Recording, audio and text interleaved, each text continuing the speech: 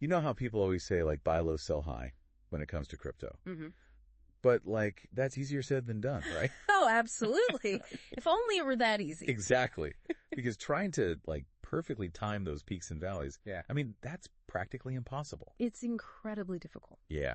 So today we're going to deep dive into a strategy that kind of flips that idea on its head called spot grid trading. Oh, very cool. And we're focusing specifically on how it works on Binance. Great, yeah. And lucky for us, Binance Academy, you know, the educational arm of Binance. Right. They actually put out this super helpful guide on spot grid trading. Oh, perfect. So we're using that as our main source today. Okay, right. So to help us break down like all the ins and outs, all the potential benefits, and of course the risks, we've got our crypto expert here. Yeah. So maybe just to start off, can you just give us like a really simple explanation of what spot grid trading actually is?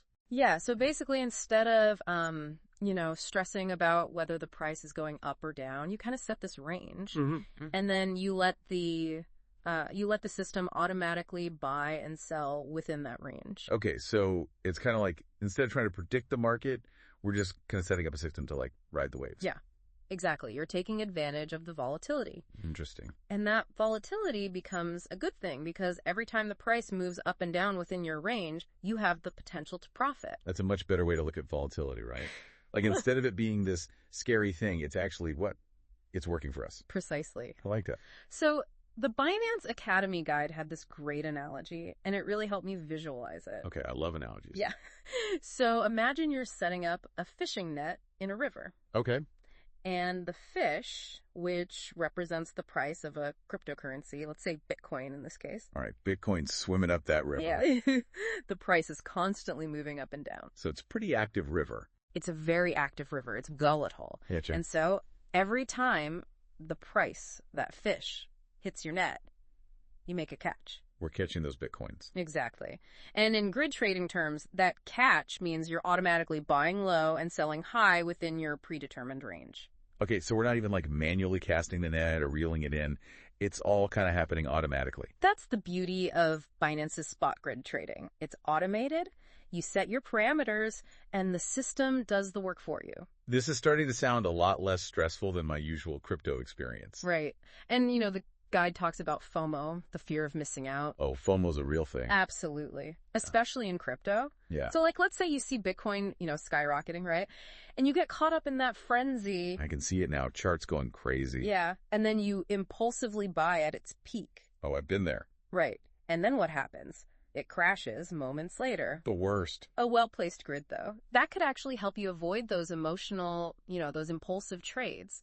Oh, okay. So it's kind of like a safety net for our emotions, too. Yeah. So we're taking the emotion out of it. That sounds good to me. Yeah. Less stress, more strategy. I like it. Oh. Okay, so I was poking around on Binance, and I noticed they offer two types of grids, arithmetic and geometric. Right. I got to be honest, those words kind of make my brain hurt a little bit. Yeah. Can you break those down for us? Sure. So think of arithmetic grids like rungs on a ladder. Okay, I can picture that. Each price level or grid is separated by a fixed amount. Okay, so nice and even. Right. But with geometric grids, it's more like a spiral staircase. A spiral staircase. Yeah. So as you go up, the steps get wider. I see. They use a percentage increase between grids. Mm-hmm. And this makes them potentially more suitable for assets that are, known for really big price swings. Ah, so like if I'm thinking a particular coin's going to really take off. Yeah. Maybe a geometric grid would be the way to go. Exactly. Okay, so how do we actually choose between those two? Like, what are the factors we should be considering?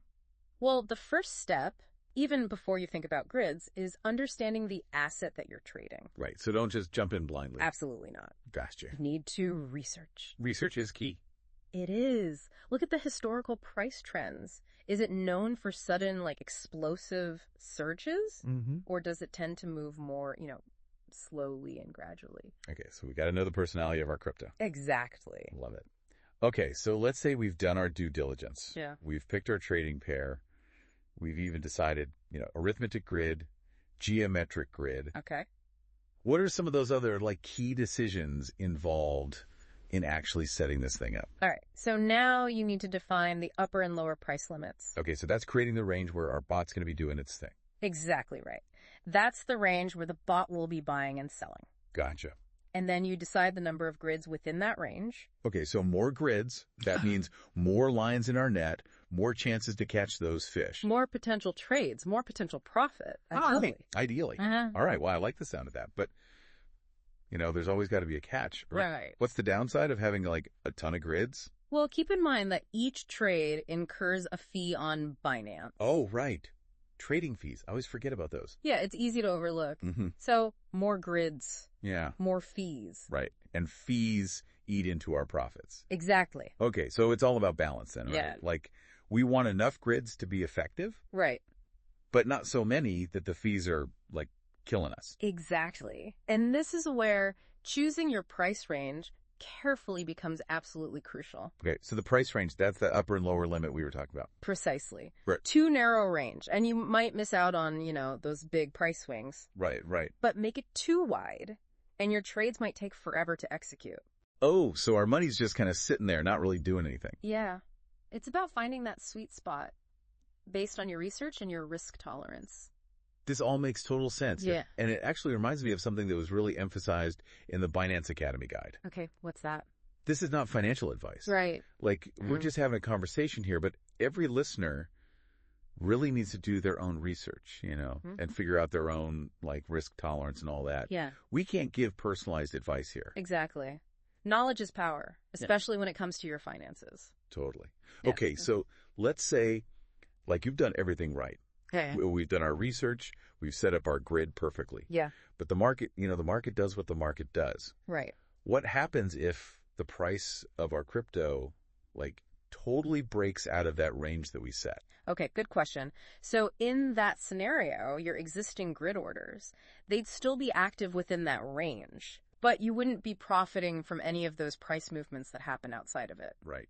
Because our net's only so big. Exactly. And this is why it's so important to, keep monitoring the market. So we can't just, like, set it and forget it. Not really, no. You might need to adjust your grid. Oh, okay. Or in some cases, like, completely abandon the trade. Oh, so it does require some, like, ongoing attention. It does. You need to stay informed and be ready to adapt. It does. Market conditions can change quickly. Okay, so staying informed, being flexible, that's all super important. But are there any other tools or, like, strategies that can help us kind of manage some of those risks you were talking about? Oh, absolutely. And that's where stop loss orders come in. Stop loss? Yes, and then also take profit orders. Okay. And think of these like safety nets. Okay, love a safety net. So a stop loss order basically tells the system to automatically sell your crypto if the price drops below a certain point. Oh, so it limits our losses. Exactly. It prevents those really, catastrophic losses. Okay, that's smart. Yeah. And then a take profit order is kind of the opposite. Okay. It tells the system, hey, if the price hits this specific target, I want you to automatically sell. Oh, okay. So it locks in our gains. Exactly. That's super helpful. Yeah. I mean, these sound like pretty essential tools for, any crypto trader, not just those who are doing spot grid trading. They're fundamental risk management strategies. Fundamental. Yeah. All right. So, wow, we've covered a lot of ground today. We have. Spot grid trading, it definitely seems like it has potential, especially in these crazy volatile markets that we've been seeing. Absolutely. But it's definitely not some, like, magic get rich quick thing, right? Right. It's a strategy. It is. It requires, like, understanding and strategy and careful planning. Yeah. Couldn't have said it better myself. Perfect. So to our listeners, now that you got a taste of how spot grid trading works, here's something I want you to think about. What crypto pair would you personally use this strategy on? And why? Keep that question in mind as you continue to, explore the world of crypto trading. Yeah, that's a great question to consider. And until next time, happy trading, everyone.